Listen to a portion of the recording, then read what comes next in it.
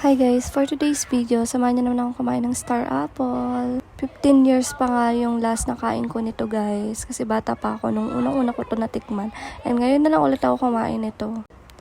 And ganun pa rin, sobrang sarap pa rin niya. Dati kasi guys, favorite ko to, kaya lagi-lagi akong kumain.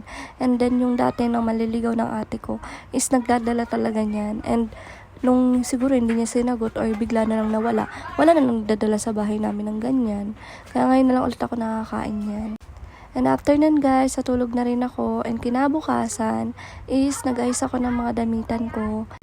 Kasi itong nabili kong lagayan, mga sabitan ng damit is natutumba. Kaya inayos ko siya and pinatibay ko na rin para hindi na rin siya natutumba-tumba.